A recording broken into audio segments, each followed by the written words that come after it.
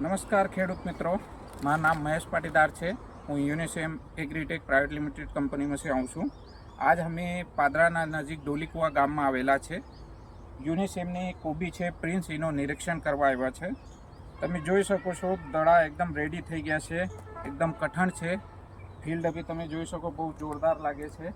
આ આજુબાજુ જો લાગેલું છે, આ અમારું યુનિસેમનું પ્રિન્સ જ છે। હાલની ડેટમાં આ 75 દિવસના થઈ ગયેલા છે।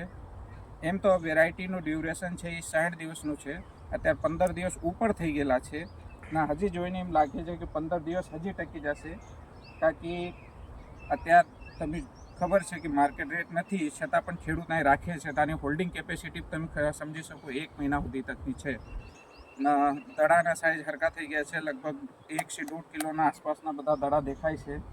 હજી ટકશે તો એમ લાગે છે કે 1.5 કિલોના સરેરાશ જો ઉત્પાદન આવશે એ આવશે।